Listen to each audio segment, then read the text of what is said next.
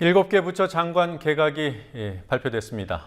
예상대로 박근혜 대통령의 최측근인 새누리당 최경환 의원이 경제부총리 후보자로 지명됐습니다. 이 밖에도 대선 후보 캠프 인사들이 여러 명 포함됐습니다. 정권 말기에나 볼 수 있는 이른바 친위 내각을 구성했다는 평가가 나옵니다.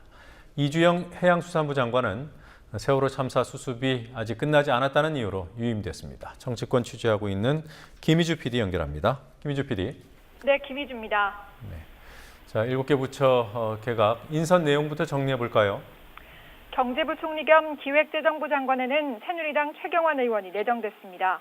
최경환 경제부총리 후보자는 이명박 정부 당시 친박 세력 배려 차원에서 지식경제부 장관을 역임했습니다. 신설된 사회부 총리 겸 교육부 장관에는 김명수 한국교원대 교수가 내정됐습니다. 김 후보자는 교학사 역사 교과서를 옹호했던 인물로 이번 지방선거에서 보수 교육감 후보를 지지했습니다. 미래창조과학부 장관도 교체됐습니다. 삼성 미래기술육성재단 이사장을 역임한 최양희 서울대 교수가 지명됐습니다. 강병규 안전행정부 장관의 후임으로는 정종섭 서울대 법학전문대학원 교수가 내정됐습니다. 여성가족부 장관에는 김희정 새누리당 의원, 문화체육관광부 장관에는 정성근 아리랑TV 사장이 지명됐습니다. 고용노동부 장관에는 30년간 고용부에 몸담은 관료 출신 이기권 한국기술교육대 총장이 내정됐습니다. 이주영 해수부 장관은 세월호 참사의 책임을 지고 사의를 표했지만 사고 수습이 아직 마무리되지 않아 유임됐습니다. 네, 박근혜 정부 2기 내각의 얼개가 드러난 셈입니다. 어떤 성격으로 규정을 할 수 있겠습니까? 청와대와 당에 이어 내각까지 박근혜 대통령의 측근을 기용했다는 점입니다. 특히 박 대통령의 대선 캠프 출신 인사가 대거 발탁된 점이 눈에 띕니다. 최경환 후보자는 박 대통령의 의중과 정치 철학을 잘 아는 친박 실세로 꼽히고 대선 당시 후보 비서실장으로도 활동했습니다. 정성근 문체부 장관 후보자는 캠프 공보위원을 맡았고 김희정 여성가족부 장관 후보자는 캠프에서 안전한 사회 추진단장을 지냈습니다.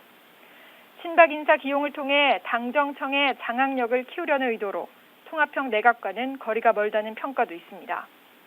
정권 말기에나 꾸리는 친위 내각이 임기 1년 반 만에 등장했다는 점에서 정권 위기의 반증이란 시각도 있습니다. 관료 출신이 줄고 정치인 출신의 기용이 늘었다는 점도 또 하나의 특징으로 꼽을 수 있습니다. 개각에 대한 여야의 평가 어떻던가요? 새누리당은 국가개조와 경제혁신에 대한 의지가 반영된 인사라고 평가했습니다. 반면 새정치민주연합은 인물들의 면면에 전혀 새로움이 보이지 않는다고 혹평했습니다. 금태섭 대변인은 정성근 내정자는 아리랑TV 사장으로 임명될 때도 낙하산 논란이 있었는데 오히려 장관으로 내정됐고 김희정 후보자도 선주협회 로비 의혹으로 세월호 국조특위에서도 사퇴했는데 역시 장관으로 내정됐다고 비판했습니다. 정의당은 친박 개각이라고 규정하고 인사 쇄신을 부르짖던 대통령의 국민의롱이 도를 넘어서 절망적이라고 논평했습니다. 새누리당 지도부와 당직자들이 오늘 문창국 후보의 온누리교회 연설 영상을 같이 봤어요. 네, 그렇습니다. 새누리당 주요 당직자들이 문창극 총리 후보자의 1시간 10분짜리 연설 영상을 단체로 시청했습니다. 이완구 원내대표는 논란이 되는 동영상을 직접 본 뒤 돌아가면서 시청 소감을 밝히자며 영상을 준비한 이유를 설명했습니다. 이 영상은 윤상현 당 사무총장이 준비했다고 이 원내대표는 말했습니다. 영상을 보고 난 뒤에 뭐라고들 하던가요? 영상을 모두 시청한 새누리당 의원들은 발언에는 문제가 없다. 청문회에서 해명할 수 있는 기회를 줘야 한다며 문창극 후보자를 적극 옹호했습니다. 직접 들어보시겠습니다.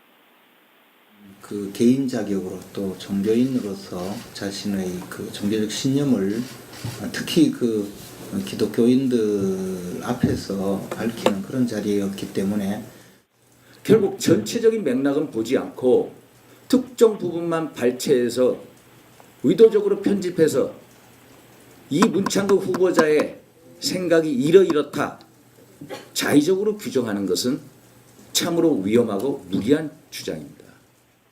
제가 본 바로는 국가관이나 이런 부분에서 아무쪼록 나라를 굉장히 사랑하시는 분 아닌가 이런 생각을 했습니다. 그 외에도 언론에서 볼 땐 문제가 있다고 생각했지만 종교인으로서 교인에게 한 특강 내용이다라는 등의 반응이 나왔습니다. 네, 결국 새누리당이 문창극 지키기로 방향을 확실히 잡았다 이렇게 볼 수 있겠군요. 네, 그렇습니다. 안대희 전 총리 후보자에 이어 문창극 후보자마저 낙마한다면 박근혜 대통령이 상당한 타격을 입을 수 있기 때문에 여당이 적극적인 방어에 나섰다고 볼 수 있습니다. 그러나 어제 초대선 의원들이 사퇴를 촉구한 데 이어 오늘은 이인재 의원 등 중진까지 공개적으로 문 후보자의 사퇴를 요구하면서 당내 반발은 꾸준히 늘고 있습니다. 지금까지 국민TV 뉴스 김희주입니다.